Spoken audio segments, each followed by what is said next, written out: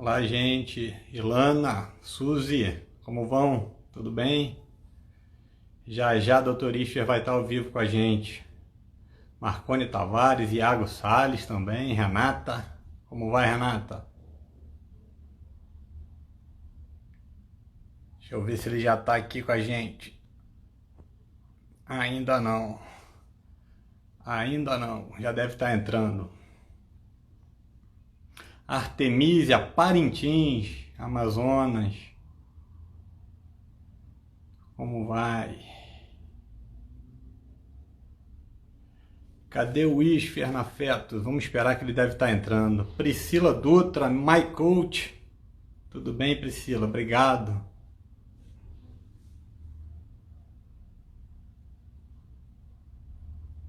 Vi tua live hoje, hein, Priscila?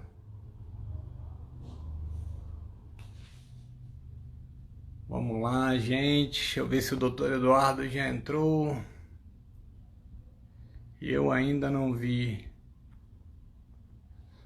Entrou agora. Doutor Eduardo Isfer. Vamos lá, meu amigo Eduardo. Agora sim. Agora estamos ao vivo, meu amigo. Tudo bem? Tudo jóia. Deixa eu arrumar o cabelinho para ver se cai bonito. Olha, já tem 25 colegas aí, tem gente já do Amazonas, de Cuiabá. Aí o Anselmo aí, acabou de entrar também. Como ele diz o outro, eu tô com o new look, tá vendo? Barbinha é quarentena, então a gente já fica assim, garoto. Não tem saído também, não? Não, tenho ido até na clínica, eu tenho até trabalhado de vez em quando. Tenho ido segunda, quarta e sexta, geralmente uma paciente ou outra, a gente vai lá, vamos ver. Estou dando mais Mas um vamos lá. tempinho. Vamos começar as apresentações. Doutor Eduardo Istres dispensa apresentações, né, gente? Mas pioneiro da medicina fetal no país, um dos pioneiros. Pioneiro no ensino da medicina fetal no país, a Fetos, onde eu tive a oportunidade de estudar medicina fetal, e foi lá que eu aprendi grande coisa, muito. Vou te falar, mais de 90% do que eu sei hoje em medicina fetal, eu aprendi com o doutor Eduardo Istres. Ele tem ensinado colegas pelo Brasil afora, acho que desde 92, né, Istres? Eu tenho um esquema que é quase uma residência desde 92, mas após para valer, a gente começou em 2007, 2008. Sim, Após foi o uma das fetal. primeiras, foi a primeira pós-graduação de medicina fetal, né? Foi. É criada no Brasil, nós criamos com esse modelo de ser de 1 ano a 2 anos, um final de semana por mês, tudo mais, foi a primeira. Sim, eu tive a oportunidade de fazer a pós da Fetos, a qual eu indico até hoje, embora a gente tenha uma escola de ultrassonografia aqui no Rio, a gente continua indicando, e é um grande prazer tê-lo aqui para a gente bater esse papo sobre o Covid-19 na mãe, no feto. Muita coisa Isso. se fala, né? A gente vê os colegas questionando nos grupos. Eu, há algumas semanas atrás, eu postei uma aulinha sobre Covid-19, os efeitos na gestação, e já mudou alguma coisa. Passou 3 ou 4 semanas, eu já vi hoje, estava aqui agora na ISUOG dando uma olhadinha, e já mudaram algumas coisas, mas eu queria que você fizesse uma introdução, Isha. Nós já temos 50 colegas ao vivo aí com a gente. Então, faz uma introdução, fala a respeito da transmissibilidade, algum agradecimento que você queira fazer. Olha, inicialmente agradecer a você, Arruda, pelo convite, para a gente sempre é um prazer. Você já esteve conosco, já até foi professor lá conosco, né? Hoje tem a sua escola e já está indo muito bem. Mas agradecer realmente o convite, para a gente sempre é um prazer estar aqui participando e, logicamente, aí junto com vários ex-alunos, colegas que eu acredito que estejam assistindo. Com certeza. Paralelo a isso, a gente vai batendo um papo aí sobre o Covid, né? Que é uma coisa nova. O que eu poderia dizer para todo mundo é que dentro da obstetrícia, particularmente dentro da gestante, mesmo para o feto, pouco se sabe. Nós vamos estar conversando um pouquinho sobre esses aspectos. E ainda em termos de agradecimento, que eu gostaria aqui de agradecer particularmente, além do pessoal que está assistindo, que vai ter essa paciência, nos assistir, né? Em plenas 8 horas da quarta-feira. Como não tem futebol hoje, então ficou um pouco Quando mais tem futebol fica mais fácil. Ficou mais fácil. Mas eu queria agradecer, eu até estimula a gente a dar uma estudada, e eu faço questão de enfatizar, é um manual, diria até quase um manual de orientação, que é aí do Rio de Janeiro mesmo, do grupo da SGORG, capitaneado pelo professor Renato Sá. Aqui vou tomar a habilidade de ler os participantes, porque eu acho que todos eles fizeram menção, até quero mostrar aqui. Depois eu já Muito, passei para você, Arruda, no teu, e também a gente deixa disponibilizado quem quiser, porque o doutor Renato disponibilizou para nós. Acredito que ele não vai se importar e peço autorização para sim, ele para divulgar para quem tem interesse. Está sim, com muito bom. certeza. Pega toda a parte da ginecologia obstetrícia, inclusive de cirurgia endoscópica, reprodução Muito in legal. vitro. Está muito interessante. E é o doutor Renato Moreira Sá, que é o presidente hoje da SGOT, mas também participa o doutor Silvio Silva Fernandes, doutor Jorge Rezende Filho, colega e amigo, Sim, conheço entendi. bastante, doutor Mauro Romero Leal Passos, também conheço bastante, a doutora Suzana Cristina, AID Fialho, Paulo Roberto Nassar de Carvalho, Carolina Carvalho Moscarzel e a Cristiane Alves. E chamo ainda a atenção a doutora Daniela Sodré, que também fazia Sim, sim, parte da fetal, que depois até vamos estar aí conversando e citando, certo? sim, E também gostaria de fazer um agradecimento, em parte, ao professor Pedro Pires, que hoje é o presidente da Sobramef, e que sim, isso mesmo. municiou para mim com alguns artigos aqui extremamente interessantes, que eu pude dar uma lida e ter uma ideia um pouquinho melhor, particularmente para gestante. Porque do feto, como a gente vai estar conversando, a gente tem pouquíssima coisa a falar, mas dá para a gente... Sabe que eu sou polêmico sempre, né? Então dá para a Sim, gente opinar, para dar uma elocubrada perto de algumas coisas que estão sendo citadas, tá? é verdade. Mas vamos lá. Vamos Em lá, falando relação...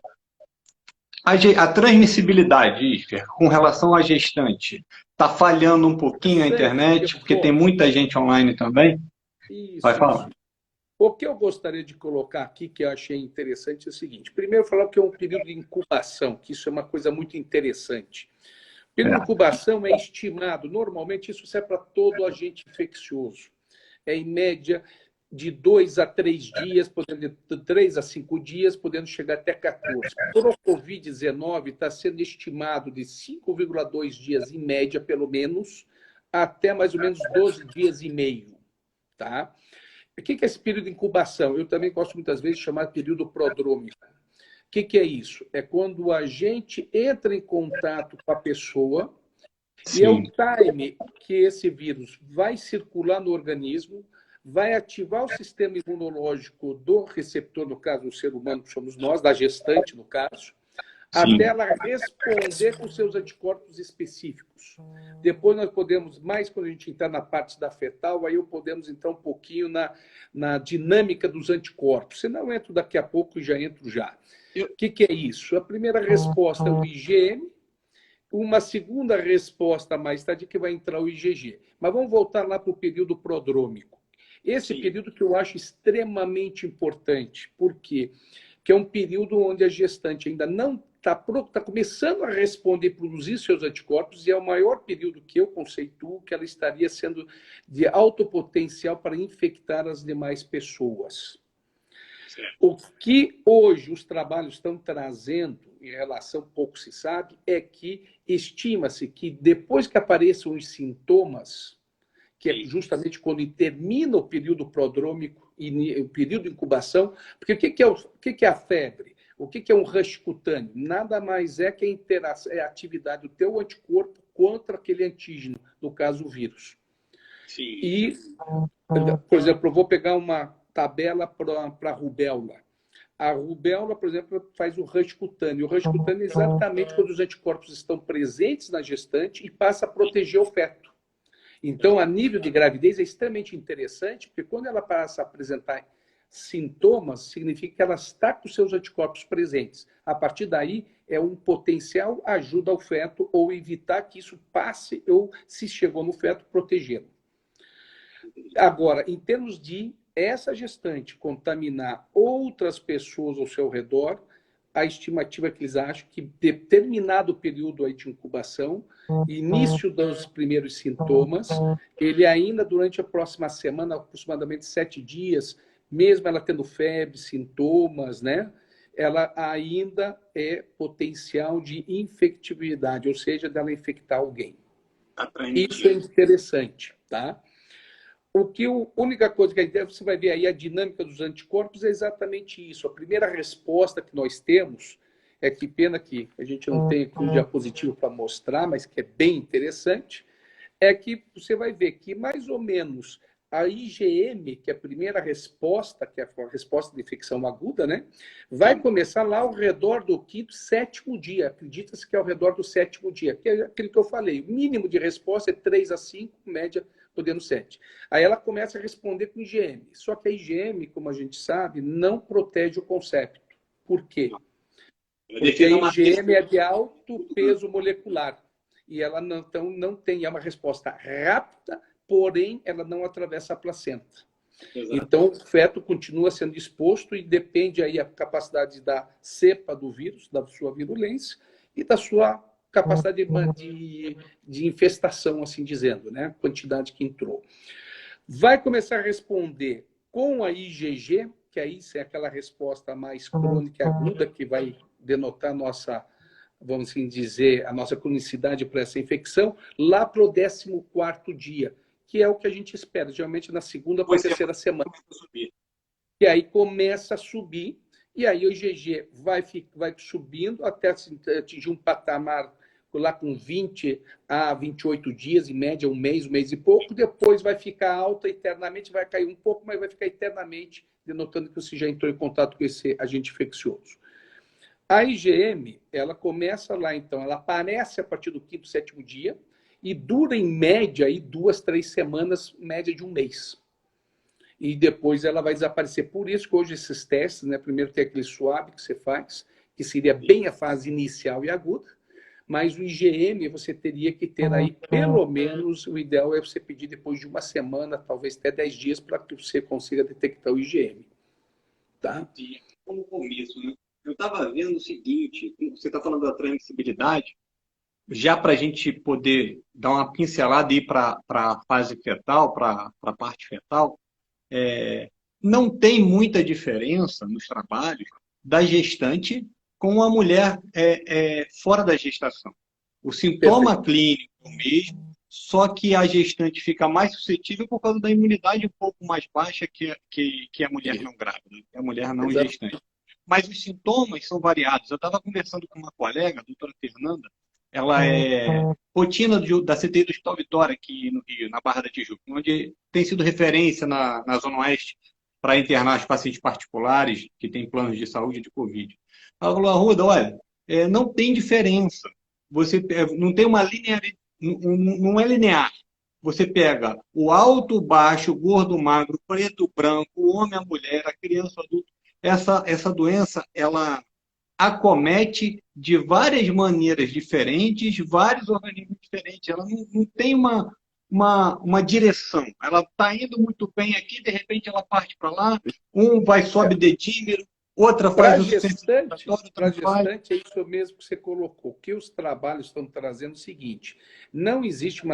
Eu estou chegando mais perto, que eu não estou te ouvindo. Não sei se. Você está ouvindo aqui? Eu espero que o pessoal esteja ouvindo, porque eu estou deixando meio longe. Deixa eu puxar para cá. Ouvindo, talvez... Espero que estejam ouvindo. Não, bom, agora estou ouvindo, mas está baixo, mas está bom.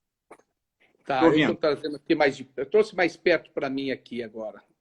Sumiu a minha imagem aqui. Você está me vendo ou não? Não. O que eu fiz aqui? Bati em algum lugar aqui. Opa, voltou a imagem. Não, eu mexi aqui errado. Agora sim. Agora sim. Estou te ouvindo. Mas vamos lá. É que o bichinho está escorregando, é por isso. Eu tenho que ficar quietinho aqui, está escorregando. Mas vamos lá. O que é interessante na gestante, como você pontuou, Arruda, é o seguinte, que realmente os trabalhos dizem que não tem uma diferença da grávida e da mulher não gestante. Praticamente, não é porque ela esteja grávida, ela deve... Isso que é curioso. Estatisticamente, não tem uma diferença da grávida para não grávida. No entanto, toda grávida deve sim ser considerada um grupo de alto risco. Por quê? Porque durante a gravidez nós sabemos que ela tem uma queda da sua imunidade, justamente para que a gravidez possa evoluir satisfatoriamente. Não vamos entrar nesse mérito, senão a gente fica até amanhã aí falando do aspecto lógico, não é o palco que dá aula. Mas o que interessa é que toda grávida deve sim ser considerada. E particularmente isso que eu achei muito interessante, são as grávidas mais na reta final da gravidez. Particularmente, eles dizem o seguinte, a partir do segundo trimestre, não existe diferença para não grávida. Porém, quando ela pega o Covid, ela tem aquela tendência a fazer um Covid sintomático, curiosamente, essas pacientes manifestam essa sintomatologia de uma maneira mais acentuada a partir, particularmente, do terceiro trimestre, depois de 34, 36 semanas. Particularmente a parte respiratória, pneumonia e tudo mais. Que aí eu até vejo, apesar de eles não aventarem isso, eu vejo até tem um outro sinal. Se a gente lembrar que a grávida com 34, 36 semanas, calcule o tamanho da barriga dela. Nós temos que lembrar que nessa fase a respiração dela depende muito do seu diafragma pela altura uterina. Se você ainda somar isso, um vírus que vem e ataca o teu pulmão e te dificulta você respirar, é natural que ela tenha uma maior a gravidade, vamos assim dizer, para aquelas que vão se manifestar a doença de uma maneira sintomática. Elas vão manifestar, curiosamente, que é muito mais frequente na reta final da gravidez, quer dizer, mais em terceiro trimestre, do que no primeiro trimestre. No primeiro trimestre é bem menos acentuado isso. Isso Agora, é um lado muito interessante. Essa é a tua praia, e você ministra aulas magníficas na área de infecção. No primeiro trimestre, hoje eu cheguei até a passar um trabalho para você, eu tinha lido ele e utilizei ele na minha aula, algumas semanas atrás, da SARS, lá em Hong Kong, 11 casos de primeiro trimestre, onde a maioria, uma parte, eles levaram para a interrupção médica da gestação e a outra parte espontaneamente teve aborto. Acho que foram 3 ou 4 que chegaram ao final, de 11 ou 12, 3 ou 4 chegaram ao final. Então, vamos puxar isso para o primeiro trimestre. Já que no segundo para terceiro, essa transmissão vertical, segundo a ISOOG, os últimos trabalhos chineses, tem um trabalho também da França, tem um outro trabalho italiano, dizem que a transmissão vertical, no final do segundo para o início do terceiro trimestre, e no terceiro trimestre ela está excluída. Por enquanto, não existe relato de transmissão vertical. Agora, vamos falar do primeiro trimestre. Se essa paciente agora na quarentena, por exemplo, está todo mundo na quarentena, está lá, e ela engravidou na quarentena, e pelo azar ela está infectada. Não, e aí? Conta pra gente. Então, ela engravidar na quarentena vai ser a regra, meu filho. Vai fazer o quê em casa? Casada de novinha, vai fazer o quê? Vai ser que nem um boom pós-carnaval, meu filho. Daqui a pouco, que 9 meses pós-quarentena, você vai ver quanto vai chover de mulher grávida. Mas vamos lá. Vamos por 2 etapas aqui. Primeiro, esse trabalho que você mandou, muito interessante, que você me enviou, só que tem um detalhe. Esse trabalho é de 2003 e ele pega a SARS. Na realidade, não é o Covid-19. Não é. Esse é o outro, é o MERS e a SARS, que também faz parte da família do corona. Mas, curiosamente, isso é interessante. Esse da SARS, lá que pega, esse é um vírus que é mais agressivo. Eles pontuam que aumenta o risco, sim, de aborto. De malformações, eles têm dúvida, mas eles interrogam que talvez ele tenha um potencial, sim, de malformação. Mas aquele é o outro, né? É o lá da época da H1N1, do SARS, daquele outro grupo lá. Não chega a cair no Covid. Eu vou voltar para o Covid-19, que é a nossa praia de hoje. Para o Covid-19, os trabalhos, tem um outro trabalho que saiu agora aqui na JAMA, tudo mais, é interessante, onde eles tiveram 4 casos, é unânime. Eles pontuam que não existe a transmissão vertical. O que é transmissão vertical? É que eu acho que talvez tenha gente que talvez não esteja assistindo. A transmissão vertical é quando é intraútero, que a horizontal que a gente coloca é a nível de berçário. É quando o bebê nasce, não tem infecção e no berçário ele pega. A vertical é de mãe para filho, durante a gestação. Ou seja, eles são unânimes, que não existe, até o presente momento, lógico que tem pouquíssimos casos, não existe esse risco de transmissão vertical, por enquanto não tem sido encontrado, e também estão excluindo o potencial de teratogênese desse feto diretamente falando, certo? O que é interessante, aqui eu vou pontuar 2 coisas, que agora a gente vai puxar um pouquinho a fisiologia, a fisiopatogenia. Tem gente, eu lembro sempre do doutor Gregório, que ele não gosta do termo fisiopatogenia, ele prefere o termo etiopatogenia, e está correto, porque fisiológico é o normal, né? Falar que o normal está alterado seria a fisiopatogenia. Mas vamos lá. Toda vez que você tem uma infecção, o que é interessante, isso independe do bichinho, mas aqui nós vamos pegar o vírus, e agora vamos pontuar um pouco o vírus, ele faz o que a gente chama de uma placentite. Quando o bactéria, parasita, o vírus chega na placenta, ele vai fazer um processo inflamatório, um processo infeccioso e pontualmente inflamatório, que é a placentite. A placentite ela vai se traduzir em duas manifestações. A virusite, que nada mais é que é o estroma virositário, uma reação inflamatória nesse estroma virositário, que é esse o grande vilão, e pode fazer uma corioamnioniite. Esse é mais frequente, mas é na reta final, geralmente responsável por uma ruptura prematura de membranas e rarissimamente pode chegar no bebê, mas quando chega com menos gravidade em geral, a corioamnioniite. Nós vamos voltar para a virusite, porque a virusite que é o grande vilão, que vai pegar toda a parte trofoblástica, que é a placenta propriamente dita, né? As terminações, as velocidades terciárias, e faz um mecanismo trombótico, ou seja, ele vai ocluindo as velocidades terciárias, a virusite, e vai provocando uma insuficiência placentária gradativa. Então, apesar de porque são pouquíssimos trabalhos, principalmente de grávidas, mas que todo o COVID vai ter um potencial, sim, de fazer uma má adaptação placentária, particularmente uma insuficiência placentária obstrutiva, e gradualmente isso poder provocar uma restrição de crescimento.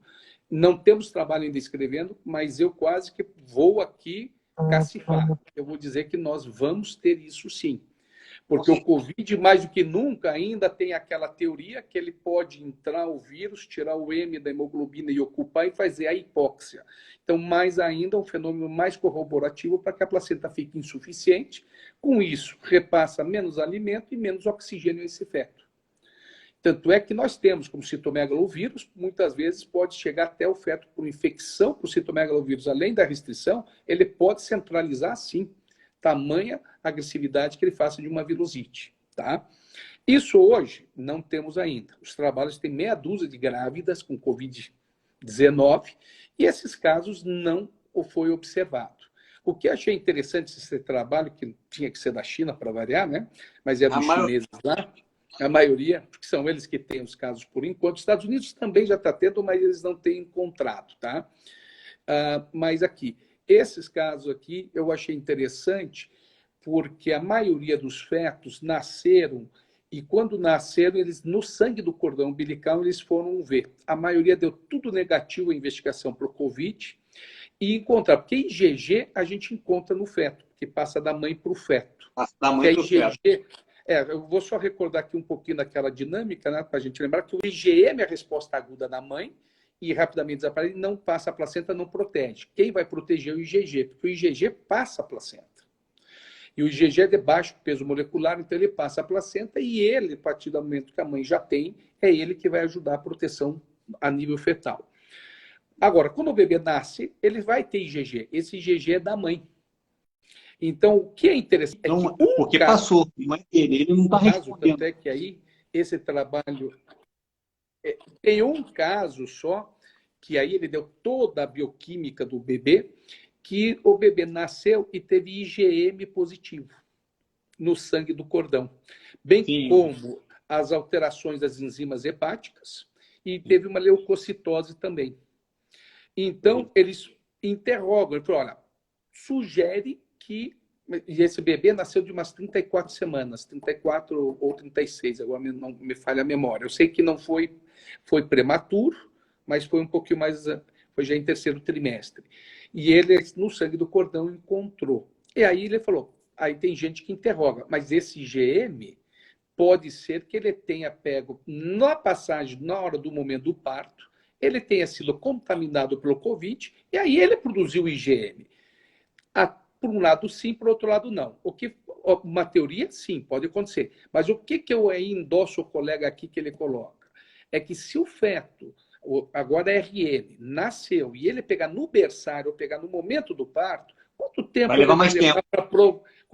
ele leva para produzir o IgM dele? Não é indiferente a mãe. Ele vai levar de 5 a 7 dias.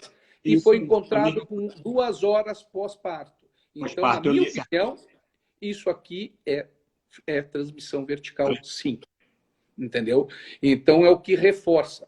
Porque se fosse para ele pegar na passagem do parto ou a nível de berçário, esse bebê demoraria no mínimo uns 5, 7 dias, talvez mais. Porque outro detalhe curioso, que é interessante, que a gente brinca, né, que toda dose para criança, o pediatra dá metade, né?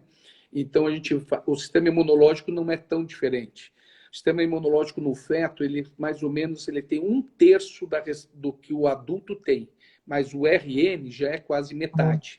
Então o bebê quando nasce, ele também tem, ou seja, ele não está totalmente maduro na sua resposta imunológica. Daí a importância da amamentação. Porque a mãe já tendo a doença e já tendo seus anticorpos, ela tem uma chance boa de passar via leite e se tiver lá os anticorpos, protege o seu feto. E aí vem a outra questão. A amamentação transmite ou não transmite a infecção? Também ainda ninguém tem essa resposta. O que eles recomendam é que se a mãe está tendo a doença aguda ou é altamente suspeita, está com sintoma, ela não deva amamentar. Aí até vou bater um pouquinho de frente aqui com a esgorge. A esgorge é meio dúbia na hora que eles põem isso. Tem horas que eles estão dizendo, mas aqui eu acho que é do ISWOG ou do grupo americano, eles colocam que se a mãe for positiva ou ela tiver a sintomatologia, é recomendável ficar, ao bebê, inclusive, não ficar no mesmo quarto que ela, Isso. mas se não for possível, que nem Brasil, que muitas vezes não é para deixar pelo menos afastado aí 1,5 m a 2 metros da mãe. E quando for amamentar, paramentar a mãe. Exato. Aí não, o ideal é a mãe fazer a retirada do leite manualmente, e aí a enfermeira, uma outra pessoa, amamenta a criança, dá o leite para a criança. Agora, se isso não for possível, vamos colocar África aqui, ou sei lá, um Suzão do Brasil, que não tem toda uma infraestrutura e infelizmente... São Paulo, nós temos as comunidades, as favelas. Exato. Aí eles estão colocando aí que, infelizmente, se eu for só com afastamento, a mãe tem que usar máscara o tempo todo, fazer toda uma asepsia rigorosa, principalmente do seio e tudo mais, na hora de manipular. E, se for necessário, custo-benefício, vale a pena amamentar, amamenta-se a criança mesmo ela tendo. Podendo evitar, ótimo, se não, tem que amamentar. Deixa eu fazer uma pergunta aí, eu estou vendo os colegas comentando aqui embaixo. A gente sabe que o feto ele tem aquelas 3 fases principais, né? A hiperplasia até 16 semanas, hiperplasia e hipertrofia até entre 16 e 32 e hipertrofia acima de 32 semanas. E nessa fase de hiperplasia, que é a inicial, a gente tem pouquíssimos relatos. Aliás, nesses trabalhos chineses que eu andei lendo, da Itália e da França, não tem ninguém falando de primeiro trimestre. Geralmente é final de segundo e terceiro trimestre. Eu ainda não vi de primeiro. De primeiro é aquele trabalho lá de Hong Kong, da SARS, que tem uma similaridade genômica com esse Covid-19 de mais de 80%, 84% que dizem nos trabalhos. Só que esse aí é mais agressivo. Vilão. Esse, graças a Deus, é menos. Né? O Covid-19, graças a Deus, é menos agressivo. Isso é uma coisa boa. É menos agressivo. Mas esse SARS, ele foi um vilão por causa da vilosite, da placentite, da vilosite que deu. E ele causou aborto espontâneo. Então, você acredita também que esse Covid-19, nos próximos 3 meses, nos próximos 4 meses, pegando essa galera que está engravidando agora, ou que já estava grávida aí há umas 3, 4 semanas atrás, pode gerar esse problema também? Por essa similaridade genômica? Sim, impossível não é. Aquilo que a gente diz, né? No primeiro trimestre, até água benta e caldo de galinha, a gente tem que tomar cautela na hora de recomendar para as grávidas. O que eu colocaria é o seguinte: é um outro raciocínio que a gente poderia levar. Pensei até que você pode, será que isso gerar uma malformação, um Covid precoce? Por exemplo, a mãe engravidou nos primeiros 3 meses? Potencial sempre terá. Por quê? Porque o vírus, se a gente recordar, por exemplo, vamos fazer comparação com bactéria e com parasita. Pegar a espiroqueta, que é uma bactéria que é a sífilis. Você vai ver que é raríssimo antes de 20 semanas. Por quê? Porque o peso molecular é grande. E quando consegue, é porque é uma infestação muito grande e geralmente evolui para aborto. Idem com a toxo. A toxo, precocemente, passa só em torno de 20% dos casos. né? Os outros 80, dificilmente a mãe tem, mas não passa. Por quê? Porque é um peso molecular grande e a placenta, quanto mais precoce, ela é mais compacta, mais difícil. Vírus, não tem isso. O vírus passa a hora que quer, quando quer, como quer. Então, na realidade, aí é um tropismo que cada vírus tem. Exemplo, a rubéola. A rubéola, nas primeiras 10 semanas, 99% a 100% passa. Quando você vai pegar um citomegalo, você vai ver que é 30%, 20% que vai passar. Por que isso? É um tropismo individual de cada vírus. Agora, que ele pode passar a hora que ele quer e como ele quer, problema algum. Então, se pegarmos o Covid, ele pode passar a hora que ele quiser, na minha teoria.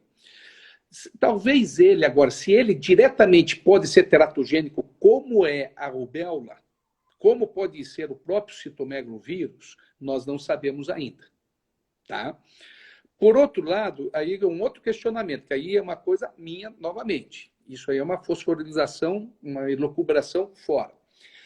É quando eu raciocino um pouquinho, por exemplo, eu vou ter que fugir um pouquinho para voltar, vou digredir um pouquinho para voltar. Exemplo, muita gente, o Citotec, ele é teratogênico?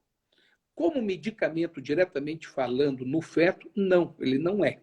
Agora, ele provoca teratogênese? Provoca. Por que aquele Citotec? Porque ele faz uma hipertonia no útero, faz com que o útero fique tão contraído que diminui o aporte de sangue da mãe por o trofoblasto, leia-se futura placenta, e vai diminuir a perfusão, então, de sangue para esse embrião.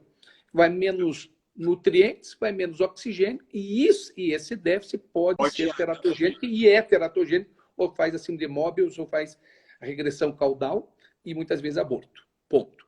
Nesse sentido, a gente poderia tentar raciocinar com o Covid.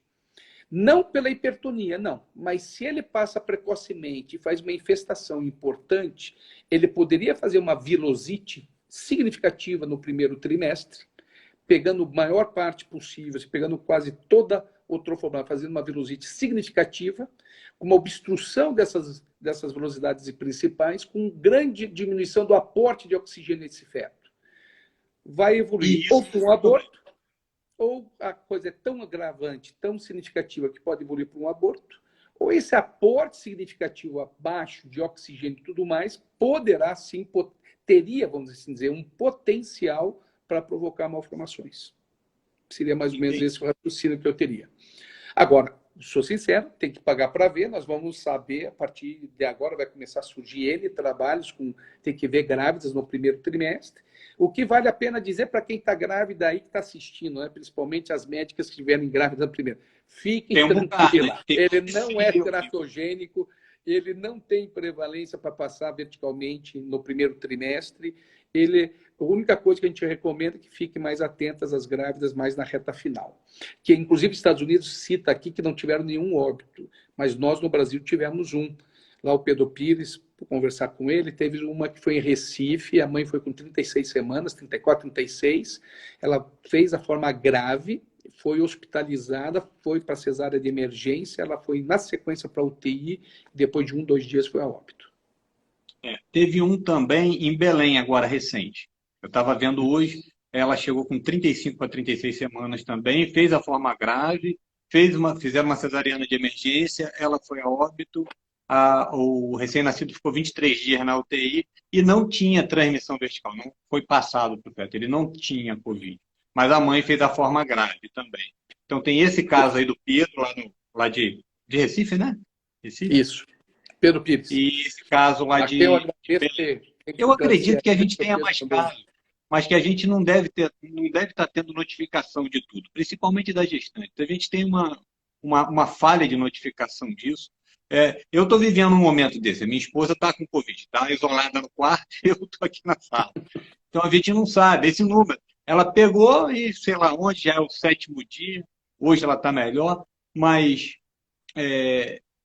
a maneira com que se comporta em cada um é diferente. Até na gestante eu acredito que vai ser uma maneira diferente, como essa amiga minha, a doutora Fernanda, comentou. Não é linear. Ela pode entrar numa gestante no primeiro trimestre e causar uma vilosite e levar um aborto, pode diminuir o aporte, levar a falta de O2 e nutriente, levar a teratogenia. A gente ainda não sabe, isso está tudo muito novo ainda, né? Agora, e é até interessante, assim, uma coisa que a gente poderia é que se pega no primeiro trimestre, particularmente, eu recomendaria, né, justamente, talvez, não só por ocasião dos morfológicos, detalhar, mas dar um detalhamento também no coração. E até explica. Se você raciocinar, eu sempre gosto de dizer isso para gestantes, né? Nós adultos, quanto que a cabeça, nosso polo cefálico, corresponde do corpo? Em torno de 1/8. A criança, quando nasce, o polo cefálico corresponde a quanto do corpo? 1/4. O bebê, no primeiro trimestre, se você pegar na embriogênese para valer 5, 7 semanas, é 50% é o polo cefálico. Se você tem ideia que você tem um menor aporte de oxigênio para essa região, tudo mais, e o restante tórax vai ter o coração vai estar ali. Se o corpo já faz CCN, o polo cefálico é 1/3. Então, você veja a importância de rastrear muito bem feito toda a parte neurológica, mas também a parte cardíaca, porque o coração, porque com a velocite vai repercutir principalmente no aporte menor de oxigênio, e é o outro órgão alvo. Mas aí não é só, eu diria, não só coração e sistema nervoso central, aí é tudo, né? Você tem que dar uma atenção completa a tudo. Mais um dado interessante que eu acho que antes que a gente esqueça, só para colocar, Ruda, é em relação à cloroquina. Isso eu achei interessante, isso fez questão de dar uma lida. Recomenda-se a hidroxicloroquina, como é usado como antimalárico para lúpus, não tem problema nenhum. A hidroxicloroquina, ela é safe, ou seja, ela é segura, não provoca malformações, não tem dano, nem insuficiência placentária, nem perturba o crescimento do feto. Pode sim ser usada na gravidez, aí, lógico, vai para as doses que têm que ser recomendadas lá para a gestante. E agora o fosfato de cloroquina, esse não pode. Esse é contraindicado. O que é indicado é a hidroxicloroquina. Paralelo a isso, tem aí aquele Remdesivir também. Parece que esse está tendo alguns trabalhos que é um antiviral. Esse tem uma autorização lá nos Estados Unidos para ser usado, que não tem tido nenhum dano, que foi usado naquele outro lá no SARS. E observaram que foi e teve uma boa resposta e tudo mais. O que mais? A azitromicina. A azitromicina, ela é classe B. Ela também pode ser usada na gravidez. E depois, agora, quanto ao corticoide, vamos lá. Quanto ao corticoide, o que eles colocam? Para usar com prudência, mas deixa a cargo do obstetra. Então, nos casos que você tem uma prematuridade, que você, por causa de sintomatologia materna, você vai ter que resolver a gravidez, ou por qualquer outra comorbidade que a mãe tenha, você tem que antecipar o parto, pode sim ser usado. Tá? Agora, foi o que o americano coloca, acima de 34 semanas, onde o corticoide já é questionável a sua utilidade, recomenda-se não utilizar, mesmo porque são esses casos, a partir de 34 semanas, que a mãe se pega o Covid e complica, seriam os casos mais graves. Então, usar, ou seja, sempre muito bom senso na hora de prescrever o corticoide, a betametasona, mas ela, em casos importantes, são importantes sim. Pode ser utilizado. Esse outro medicamento que o ministro da Ciência e Tecnologia, Marcos Pontes, comentou, que tem 94% de eficácia in vitro, que é a nitazoxanida, que é o Anita. A famosa Anita. É categoria C. Para Oi? Esse aí eu não tenho dado nenhum, nem li, eu não poderia opinar. Não, o trabalho ainda não saiu. Para gestante, eu estive olhando, ele é categoria C, como a ivermectina também. Então, seria melhor deixar isso de lado, para os colegas obstetras que estão assistindo, o que é correto hoje seria indicar a hidroxicloroquina. Não a cloroquina, que você bem falou, mas a hidroxicloroquina. A ISOG também relata, nesse último trabalho sobre Covid-19, tem um artigo lá, o que sabemos até agora, que o uso do corticoide tem que ser com muita parcimônia, tem que ser uma coisa muito bem indicada. Não pode ser a Bangu, como se faz, né? Está com 32, 33 semanas, faz corticoide, vamos tirar esse feto. Não, não é assim. Com 34 semanas, você tira um feto, leva ele para a UTI e dá surfactante na UTI. Não precisaria, não sei se você concorda comigo, Isher. Não precisaria você, um feto de 34, num caso grave, submeter essa mãe, baixar a imunidade com uma dose alta de corticoide. Exato. A indicação aqui que eu vejo no bom sentido eu colocaria essa indicação para mim do corticoide e aquele, porque vai ter a duração de 7 dias, então é a partir de 24, para os americanos é a partir de 24 semanas. Eu acho que aqui para o Brasil, para nós, uma realidade é 26 semanas. Até 30, até na minha cabeça, até 32 semanas. Porque a partir de 32, mesmo no caso do Covid, de 32 a 34, já é questionável a sua real eficácia, mas na dúvida até usaria. Agora, a partir de 34, desnecessário. Eu colocaria dessa forma. Só colocar para você, porque nesse trabalho aqui, não sei se é do americano, que o Pedro me passou, tem 2 antivirais que podem ser usados pelo adulto, mas na gravidez são teratogênicos. São 2 palavrões. Um é o ribavirin e o outro é o baricitinib. Nossa Senhora. Eu tenho aqui, aí tem que ter colinha, cara, porque eu não consigo dizer esses nomes nunca. Esse ribavirin foi o que foi mais utilizado lá em 2003 naquele trabalho do SARS. E eles sentavam com as famílias e falavam, olha, assim, assim, assim, isso vai dar teratogenia, isso pode causar aborto, e explicavam. De todas as 11, somente uma não tomou o ribavirin. E somente essa uma, chegou com a gestação a 37 semanas. Foi engraçado. Não tomou, outra né? coisa, em relação às complicações obstétricas, só deixar bem claro, então, só voltando lá, a grávida, ela se comporta, a grávida, igual uma não grávida.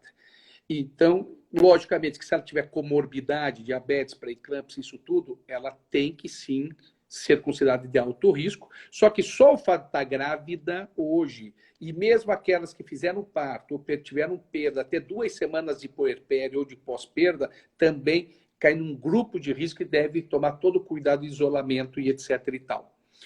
Em relação a outras complicações obstétricas, parece que quando ela se torna sintomática, aumenta sim o risco de trabalho de parto prematuro. Isso também tem que deixar claro, principalmente quando elas fazem parte de um grupo de gravidade. Esse trabalho aqui, pegando aqui, eles classificam em 3 grandes grupos.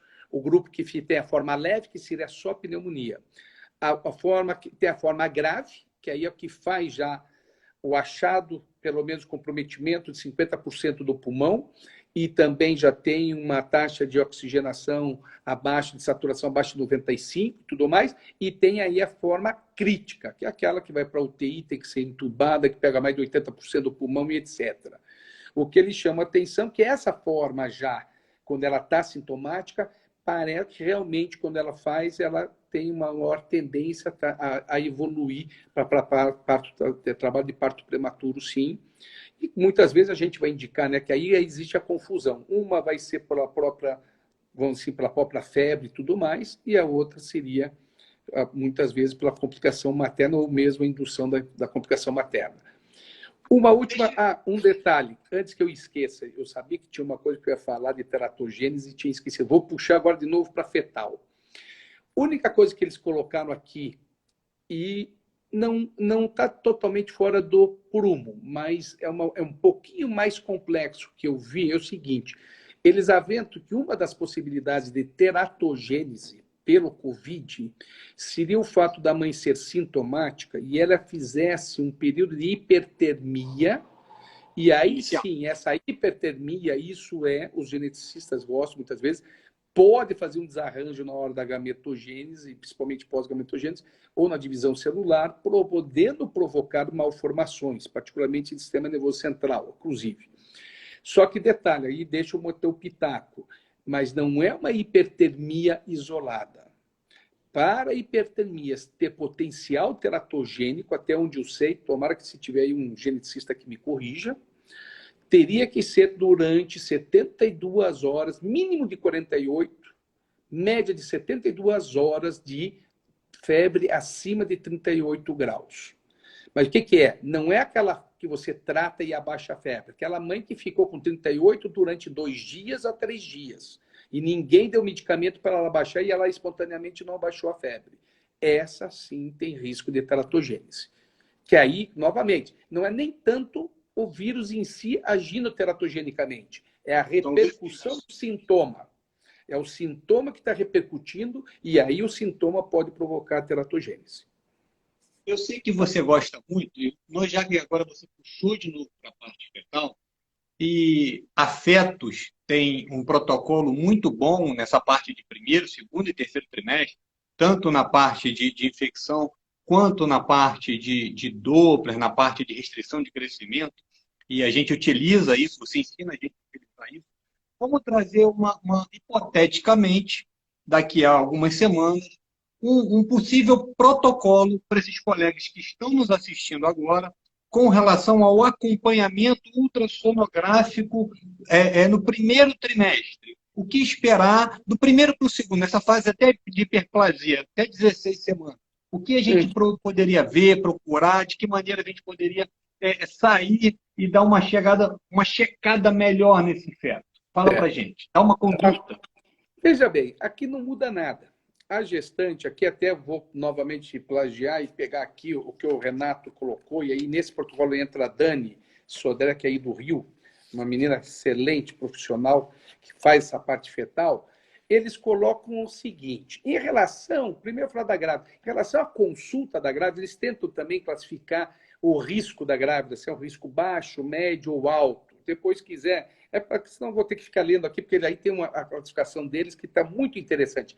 Mas o que eles colocam? Toda paciente que é de baixo risco, sempre que puder, por exemplo, para consultas clínicas, se puder postergar 14 dias, pelo menos 2 semanas, é bom, porque aí eu vou defender, porque vamos raciocinar lá com a dinâmica dos anticorpos. Se eu entrei hoje em contato com alguém me infectou e eu acabei de ficar grávida, eu sei que daqui 3 a 5 dias já vou estar produzindo meu IgM, ele vai acabar, já vai entrar o IgG. Quando o IgG entrar, e principalmente entrar os sintomas, eu já estou com anticorpo em campo. Depois de uma semana, teoricamente, eu já não vou infectar mais ninguém. Isso vai dar uma média de 2 a 3 semanas. Ou seja, por isso que é até interessante nesse sentido. Agora vamos puxar para o ultrassom, que é a nossa praia. Para o ultrassom, para o baixo risco, que eles chamam, que é o baixo risco, essa paciente só tem suspeita, não tem nem suspeita, eles só preconizam fazer os clássicos. Fazer no primeiro trimestre, no período da translucência, de 11 a 13 semanas, e sim, faz completo. Depois, repetir com 20 semanas. Depois, aí aqui, agora vai fugir, vou ter que buscar a colinha dela aqui. Ela coloca para fazer com... agora fugiu aqui a colinha, depois eu vou tentar achar aqui, eu passo para vocês. Aí, normalmente, eles pedem para fazer ao redor de 32 semanas, perfeito? No meu protocolo, eu prefiro fazer depois de 20, eu prefiro fazer com 26 a 28, entre 26 e 28, e um último ao redor de 34 semanas. Esse seria para o baixo risco, né? Mas, por exemplo, ela está agendada para fazer agora se tiver agendado com 11 semanas para fazer a translucência, e ela é de baixo risco, e ela entrou em contato com alguém, ela que postergue para fazer com 13. Não vai fazer com 11. Ganhar essas 2 semanas. Isso que eles recomendam. E isso eu endosso, tá? Agora, o grupo médio risco e alto risco, que aí são comorbidades, aí são situações maternas e ou fetais que aumentam o risco de fetos com aumento de risco de malformação, mãe que tem risco de pré-eclâmpsia, ou que já tenha, né, até mesmo esteja com sintoma. Aí a conduta tem que ser individualizada e a necessidade da avaliação fetal também vai ser individualizada em função de cada caso. Eu diria mais ou menos, iria por aí. Quanto ao PCR para COVID no líquido amniótico, caso a gente esteja falando aqui de possível infecção no primeiro trimestre, a gente sabe que o PCR pode estar presente lá. Vamos lá, fala um pouquinho disso para a gente hoje, por favor. Então, vamos lá. Então, primeiro, nós não temos ainda esse dado. Então, vamos primeiro recordar. Hoje, a maioria das infecções, sem dúvida nenhuma, o carro-chefe, o diagnóstico-chefe para nós é o líquido amniótico com as PCRs, que sozinha ela dá muito mais informações, ela é muito mais sensível e específica para o diagnóstico do que uma cordocentese, como nos anos 90. Nós realizávamos cordocentese para pedir hemogramas, enzima hepática, IgM total e as específicas. Mas com tudo isso, você ficava com uma sensibilidade diagnóstica aí de 60% a 70%. Hoje, as PCRs sozinhas ultrapassam a 90% com sensibilidade e especificidade. Então, e é uma técnica muito mais fácil de você diagnosticar. Primeiro item que eu acho que tem que ser respeitado, independente da gente não saber o tropismo de como funciona o COVID, é você dar, no mínimo, do cálculo da sua soroconversão, 6 semanas para você indicar essa amniocentese. Quantas Tá? semanas, desculpa? Eu não ouvi. 6 semanas no mínimo. 6 semanas. Sim. Porque isso já é com toxoplasmose para as demais viroses. O que é isso? É justamente para dar tempo para fazer o ciclo biológico no feto e eliminar no líquido amniótico. No caso da tox, vai ser via pulmão. No caso de um citomegalo, ele elimina pela urina. O citomegalo é diferente, é um dos poucos que o pessoal preconiza que você dê 8 semanas de mínimo 6, ideal de 8 semanas, e preferencialmente depois de 20 semanas. Por quê? Porque como ele é eliminado pela urina, então que você tenha chance maior de dar um menor taxa de falso negativo, quer dizer, ele está com o vírus e você colher o líquido e dar negativo no líquido, entendeu? O Covid, sabemos nada.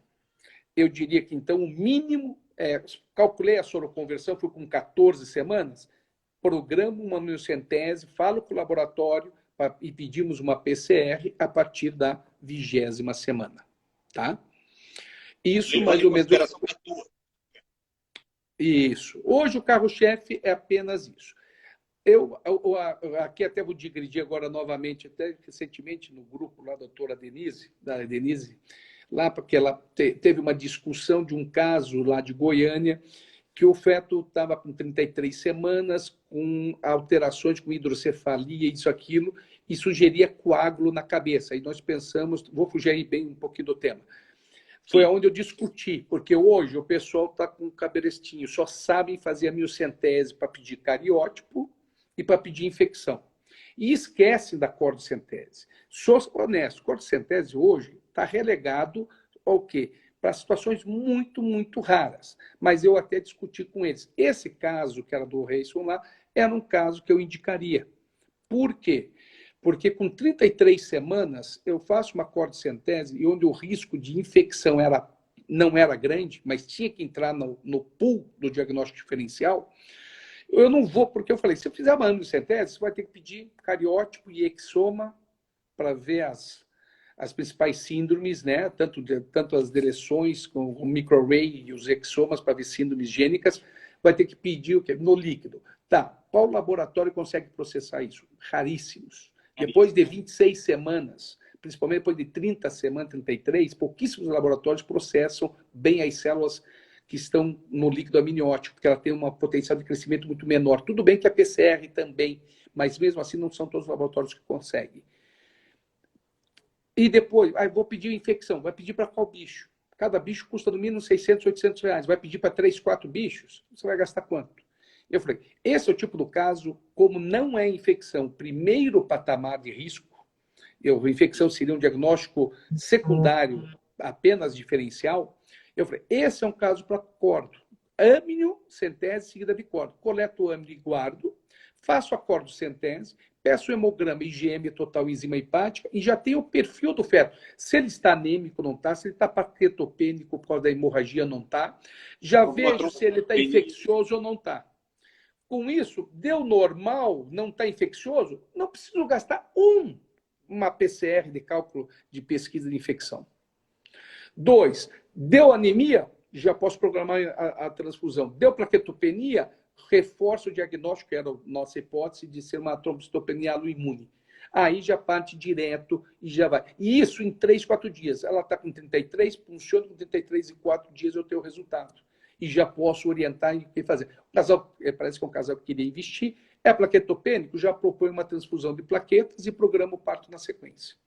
Mas estou dizendo isso porque isso, para explicar para uma nova geração, não é tão simples, porque o pessoal só sabe fazer amnio e ultrassom. E amnio para pedir tudo. Né? Nesse caso, foi feito a amnio, só que foi num excelente laboratório do professor Sérgio Pena, deu tudo normal. Então, pelo menos... É BH. Ele fez, aí pelo menos o cariótipo foi normal, parece que a parte de exoma também está dando tudo normal. Então, ficou... Agora, vai saber se é plaquetopênico o feto? Não sei, não foi feito corte. Não fez corte? Não fez. Vai descobrir depois que nasce. Então, dentro desse teu protocolo aí, que você falou, no primeiro trimestre a gente jogaria aí para... Se teve um processo infeccioso suspeito de 14, desculpa, deixa eu voltar para o teu. Isso. né? Jogaria lá para Tem, 20. Aí agora vamos jogar no segundo trimestre. E se aconteceu no segundo? exemplo, vamos dizer que aconteceu com 22 semanas? Isso, exato. Isso. Se você tem só a soroconversão materna, como hoje o risco é baixo, ou seja, nós não temos, parece que não tem transmissão vertical, a gente, assim, oficialmente, eu não estaria, do ponto de vista prático, autorizado a indicar já, vamos fazer uma amniocentese, vamos pedir uma PCR, principalmente se a mãe só fez soroconversão. Mesmo que tenha. Por quê? Porque nós não sabemos hoje se está tendo transmissão vertical ou não. A priori, parece que não. Parece que, curiosamente, o tropismo do vírus, ele não passa a placenta, ele fica na mãe e não vai para o feto. Então, você, do ponto de vista prático, você fica questionável em indicar um procedimento invasivo, que por menos risco que tenha, sempre tem. Porém, se paralelo a isso, a mãe teve ou fez assintomático e o feto está tendo algum sintoma sugestivo de infecção viral, aí eu concordo com você, nós estaríamos autorizados a indicar a PCR.